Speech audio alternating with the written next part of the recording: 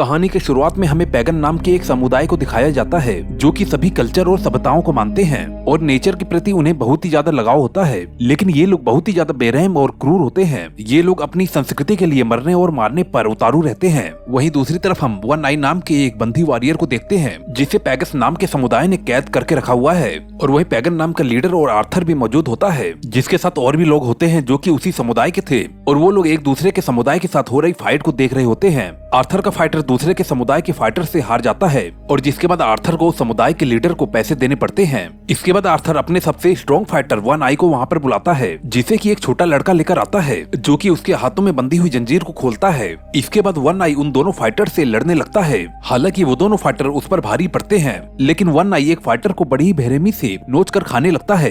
इसके बाद वन आई उन दोनों फाइटर से लड़ने लगता है। वन आई एक फाइटर को खत्म करने के बाद और दूसरे फाइटर को वो जंजीर की मदद से पोल से बांध कर उसका गला तोड़ देता है जिससे कि दोनों फाइटर वहीं पर मारे जाते हैं। और अब आर्थर दूसरे समुदाय के लोगों से जीत चुका था। उसके बाद वो लोग वन आई को एक बार फिर से जेल में डाल देते हैं और उसे जंजीर से बांध दिया जाता है। अब उसी रात वन आई को एक सपना आता है जिसमें वो देखता है कि वो एक नदी के पानी के अंदर खड़ा है। अब अगली सुबह होने पर हम देखते हैं कि वो लोग आर्थर को लेकर कहीं पर जा रहे होते हैं लेकिन एक नदी के पास आने पर वो लोग उसे लेकर वहीं पर रुक जाते हैं और वन आई उस नदी के अंदर नहाने लगता है। इस दौरान उसे नदी के अंदर टूटा हुआ तीर का एक टुकड़ा मिलता है जिसे वो अपने पास छिपा कर रख लेता है जैसा कि वन आई ने अपने सपने में देखा था और वो उसी तरह के नदी के पानी में पहुंचा था और उसका सपना भी सच हो गया था। अब इसके बाद हम उसी रात वन आई को देखते हैं जो कि सो रहा होता है जहां उसे सपना आता है और वो उसमें देखता है कि आर्थर के लोग उसे जंजीर में बांधकर कहीं पर ले जा रहे होते हैं। और जब उसकी आंखें खुलती है तो वो अपने पास रखे हुए तीर के टुकड़े को चेक करता है कि उसमें कितनी धार है और चेक करने के बाद वो उसे फिर से छिपा देता है। उसके बाद दूसरे समुदाय का लीडर जिसका नाम एडवर्ड था वो आर्थर को कुछ पैसों के बदले वन आई को उसके हवाले करने के लिए कहता है और आर्थर भी उसकी बात को मान लेता है और अपने कुछ लोगों के साथ वन आई को बंदी बनाकर एडवर्ड के पास छोड़ने के लिए भेज देता है। और जहां उसके पीछे एक छोटा लड़का भी आ रहा था जो कि उसकी देखभाल किया करता था। इसके बाद वन आई अपने पास में रखे हुए उस तीर के टुकड़े को इस्तेमाल करके अपने हाथों को छुड़ा लेता है और आर्थर के लोगों को एक एक करके बड़ी बेरहमी से खत्म कर देता है। कुछ लोग तो उसकी तबाही को देखकर अपनी जान को बचाकर वहां से भाग जाते हैं। कुछ देर बाद हम देख पाते हैं कि वन आई ने आर्थर को भी बड़े खतरनाक तरीके से मार दिया है और वो उसके सर को अपने हाथ में लिए आगे बढ़ रहा होता है। अब अकेले ही वन आई वहाँ से आगे बढ़ने लगता है जिसका पीछा अभी भी वो छोटा बच्चा कर रहा होता है। हालांकि वन आई उसे टोकता नहीं है क्योंकि उस छोटे लड़के ने वन आई की बहुत ही देखभाल की थी। वो छोटा लड़का वन आई को बहुत ही पसंद करता था और ये बात वन आई को भी पता होती है। इस कारण से वो उसे अपने पीछे आने देता है। अब चलते चलते रात हो जाती है और इस कारण वो दोनों उसी जंगल में सो जाते हैं जहाँ रात के समय वन आई को एक बार फिर से सपना आता है जिसमें वो देखता है कि वो उस छोटे लड़के और कुछ लोगों के साथ नाव में बैठकर कहीं पर जा रहा होता है। सुबह होने पर एक बार फिर से वो दोनों आगे बढ़ते हैं जहाँ पर थोड़ी ही दूर पर उन्हें क्रिश्चियन समुदाय के कुछ लोग मिलते हैं। क्रिश्चियन समुदाय का लीडर उन दोनों से पूछता है कि वो दोनों कौन हैं? क्या वो लोग किसी साम्राज्य के फाइटर हैं या वो लोग जंगली कबीले के लोग हैं? इस पर वो बच्चा उन्हें बताता है कि वो फाइटर हैं जिन्हें नहीं पता कि उनकी मंजिल क्या है। इसके बाद लुइस वन आई से पूछता है आखिर तुम कौन हो, लेकिन वन आई उन्हें कोई भी जवाब नहीं देता है जिससे लुइस को ये वन आई का घमंड लगता है और वो उसके ऊपर गुस्सा करने लगता है और वो अपनी तलवार से वन आई को डराने की कोशिश करता है। इसके बाद हम पैगन समुदाय के एक आदमी को देख पाते हैं जो कि वहीं पर ही बैठा हुआ था जो वन आई से डरकर भागा था। वो उन लोगों को बताता है कि हमारे लीडर आर्थर को इसी आदमी ने बड़ी बेरहमी से मारा था। ये सुनकर लुइस को उसके ऊपर बहुत ही गुस्सा आता है और वो अपने बेटे लुइस को उसे खत्म करने के लिए आगे भेजता है। लेकिन वन आई भी अपने हाथों में कुल्हाड़ी लेकर तैयार था जिससे लुइस का बेटा बुरी तरीके से डर जाता है और उसे अपने कदमों को वापस लेना पड़ता है क्योंकि उसे वन आई की आंखों में ही उसकी मौत नजर आ रही थी। अब शाम होने लगती है और जिसके बाद लुइस वन आई और उस छोटे लड़के को अपने पास ही रोक लेता है और वो उस छोटे बच्चे से पूछता है वो लोग अब आगे कहाँ पर जाने वाले हैं। वो लड़का बताता है कि हम दोनों मेरे घर जा रहे हैं क्योंकि मैं बहुत ही दिनों से घर पर नहीं गया हूँ। ये सुनकर लुइस को उस छोटे लड़के पर हंसी आती है। हालांकि वो अपनी हंसी को कंट्रोल कर लेता है क्योंकि उसके सामने वन आई जैसा फाइटर बैठा हुआ था जिससे उसे डर लग रहा था। वो वन आई को अपने साथ किसी ऐसी जगह पर चलने के लिए कहता है जहाँ पर गॉड का वास है, यानी कि ऐसी जगह जहाँ पर भगवान रहते हैं जो कि एक पवित्र स्थान है। लुइस उसे अपने साथ इस कारण ले जाना चाहता था क्योंकि उन्हें रास्ते में ऐसी कई कठिनाइयां मिलेंगी जिसे पार करने की औकात लुइस और उसके आदमियों में नहीं थी जो कि उसे वन आई के अंदर दिख रही थी क्योंकि वन आई खूंखार योद्धा था जिसने आर्थर जैसे खतरनाक आदमी को भी खत्म कर दिया था। अब अगली सुबह होने पर लुइस अपने साथियों वन आई और उस छोटे लड़के को लेकर अपनी नाव से उस पवित्र स्थान की तरफ निकल जाते हैं जो कि कहां पर है उन्हें भी नहीं मालूम होता है।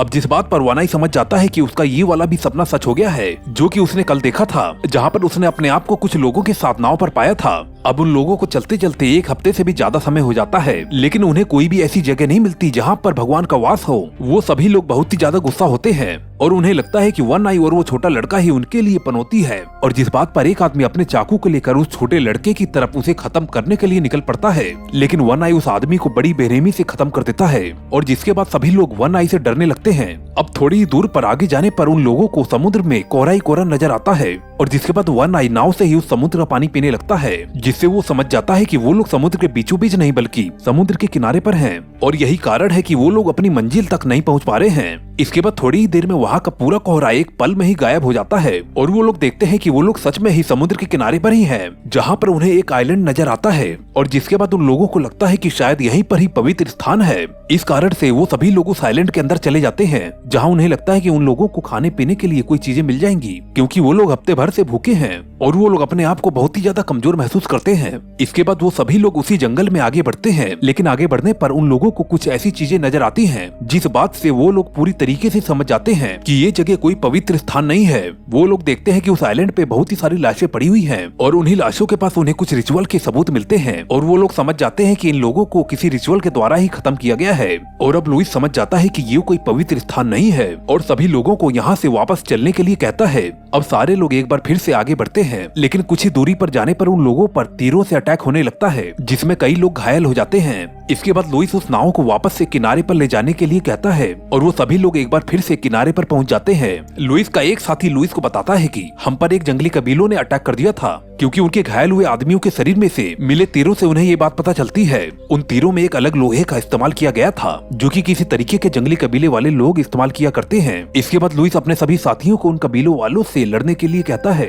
और उन्हें बताता है कि हमें जिंदा रहने के लिए ऐसा करना होगा। लेकिन उसका एक साथी उसे बताता है कि हमारे लोगों ने कई दिनों से खाना तक नहीं खाया है और इस हालत में वो लोग उनसे कैसे लड़ सकते हैं। लुइस अपने पास रखे हुए पानी के एक घड़े को अपने लोगों में बांटता है, जिसके अंदर पवित्र जल होता है। ये पानी वन आई भी पीता है और जिसके बाद उसे एक और सपना आता है और जिसमें वो देखता है कि एक पहाड़ी के ऊपर उसे कुछ लोग मार रहे हैं और थोड़ी देर बाद लुइस के सभी साथी भूख के कारण तड़पने लगते हैं। इस कारण लुइस अपने भगवान से प्रार्थना करने लगता है। इसके बाद वहाँ पर एक मिट्टी से सना हुआ उसके कबीले का एक आदमी आता है, जिन्होंने उनके ऊपर अटैक किया था, जो कि वन आई से बातें करने लगता है। इस दौरान वो लुइस और उसके साथियों को बताता है वन आई गूंगा नहीं है, जो कि बोल सकता है और वो तुम लोगों से बहुत सी बातें छिपा रहा है। जिसके बाद वो छोटा लड़का उस आदमी से डर जाता है और वो वापस से उसी जंगल में वन आई को चलने के लिए कहता है। इसके बाद लुइस का एक आदमी लुइस के ऊपर गुस्सा करता है और वो उससे कहता है कि उसने उससे पवित्र स्थान पर लाने का वादा किया था, लेकिन वन आई और उस छोटे लड़के ने इस आइलैंड पे उन्हें मरने के लिए छोड़ दिया है। वो वन आई पर बहुत ही ज्यादा गुस्सा हो जाता है और अपने चाकू को लेकर वन आई के ऊपर अटैक करने के लिए आगे बढ़ता है, लेकिन वन आई भी एक झटके में ही उसे भी खत्म कर देता है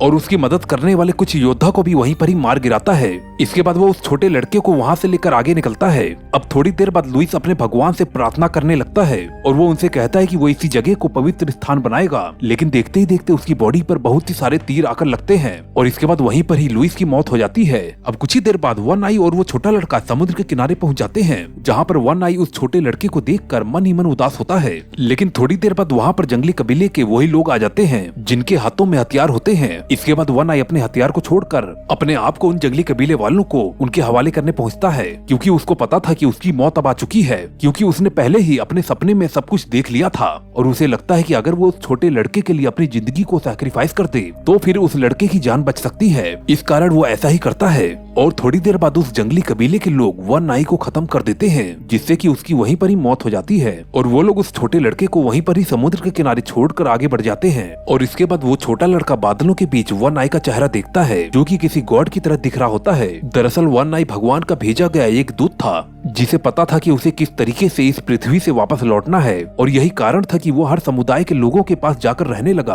और जहाँ जहाँ पर वो रहा और उन सभी समुदाय के लोगों को उसने खत्म कर दिया, या तो वो लोग खुद ही खत्म हो गए, क्योंकि वो सभी लोग बड़े ही बेरहम थे। वन आई भी बहुत ही बेरहम था, लेकिन वो तो भगवान का भेजा गया एक दूत था। और अब दोस्तों, इसी के साथ ये मूवी यहीं पर ही एंड हो जाती है। अगर आपको कहानी थोड़ी भी अच्छी लगी हो तो कृपया करके वीडियो को जरूर लाइक कर देना और हमारे चैनल पर अगली पिछली वीडियो देखना बिल्कुल भी मत भूलना।